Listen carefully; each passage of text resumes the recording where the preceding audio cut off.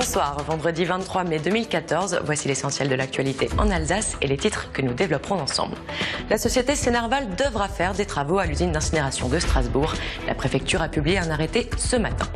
Suite du procès Bamberski, le procureur de Mulhouse a requis une peine de 6 mois de prison avec sursis.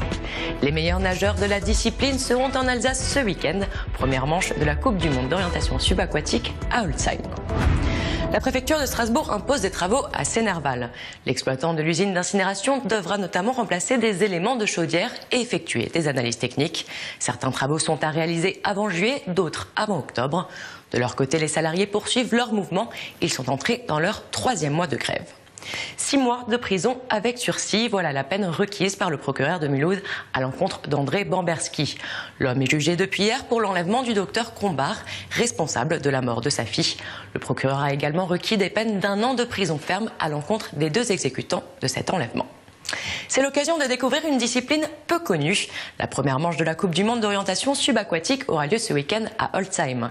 Les meilleurs nageurs mondiaux s'affronteront sur 3 épreuves à la Gravière du Fort. Reportage de Camille Wormser.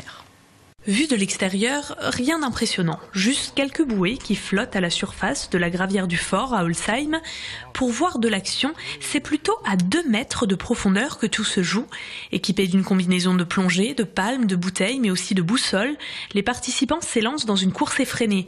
Florence Pleutze exerce ce sport depuis une 15aine d'années. Ce qui m'intéresse beaucoup, c'est que c'est avant tout un sport, il faut aller le plus vite possible, mais il y a un petit côté technique où il faut pratiquer avec une boussole, faire un peu attention, faire quelques petits calculs quelquefois avec une carte à lire sous l'eau.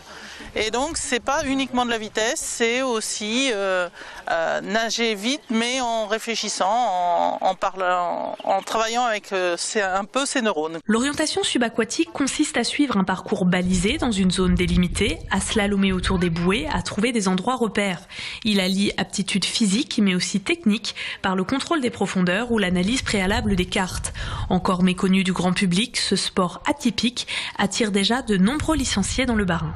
Dans le département, on a entre 15 et 20 nageurs, mais avec le développement pour les enfants et puis les nouvelles compétitions qu'on est en train de mettre en place pour les plongeurs, on va pouvoir avoir un public beaucoup plus important et donc avoir plus de participants. Pour l'heure, les nageurs affrontent la République tchèque, la Croatie et l'Allemagne lors de la première manche de la Coupe du monde. Un partout, la SIG a remporté le 2e match des demi-finales de play-off hier soir face à Nancy. Les basketteurs strasbourgeois se sont imposés 64-51 au Rhenus, grâce notamment à une excellente défense. Réaction des 2 entraîneurs au micro de Mathieu Chanvière. On est encore en ballottage défavorable. L'avantage du terrain maintenant, il est pour Nancy. On sait ce qu'il faut faire. Il faut en gagner un sur les 2 qui viennent à Nancy pour avoir le droit de revenir jouer la belle et profiter de l'avantage du terrain mercredi prochain. Regardez les statistiques, on a fait un match où les 2 tiers des tirs sont tentés à l'extérieur et un seul tir à l'intérieur. Donc c'est un match faux. Pour nous, par rapport à notre façon de jouer, à notre jeu, c'est un match qui est faux. Donc voilà, il faut corriger, revenir avec de meilleures intentions. Au 3e match, et ne pas oublier quelles sont nos forces. Là, aujourd'hui, on a joué sur nos faiblesses. Bravo la SIG, ils ont mérité leur victoire, plus agressif, meilleur, rien à dire. La SIG et Nancy se retrouveront dès demain pour le 3e match. Côté football, dernière journée de national ce soir. Déjà relégué, le Racing Club de Strasbourg accueille le Red Star à 20h. Avec un enjeu malgré tout, se hisser à la 15e place, celle de premier relégable et donc de premier candidat à un repêchage. Lui se maintient pour vous dévoiler le temps du week-end. Tout de suite, la météo régionale présentée par Nicolas Haussmann. La météo avec le groupe Stylé qui depuis plus de 45 ans souffle le chaud et le froid pour votre confort.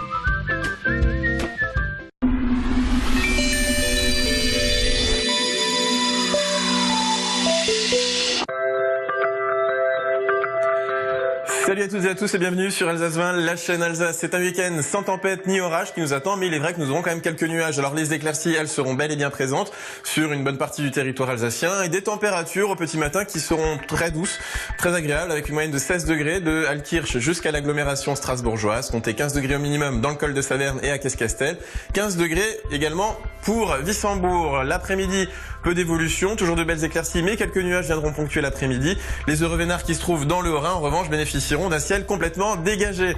Les températures, elles, plutôt agréables, comptez 21 degrés au maximum du côté de Sélestat, mais également à Strasbourg et Lauterbourg. 19 degrés sera la minimale pour Saverne et Marmoutier. Comptez 20 degrés pour Colmar et Mulhouse. Alors à quoi s'attendre pour cette journée de dimanche? Eh bien un temps complètement semblable avec des températures sensiblement revues à la hausse. Comptez 14 degrés au minimum le matin, 24 degrés la maximale. L'après-midi pour finir, eh bien nous embrassons les Maëls. Ce samedi 24 mai, le soleil se lèvera à 5h38 pour se coucher à 21h14. Je vous retrouve demain pour la météo. Excellent moment sur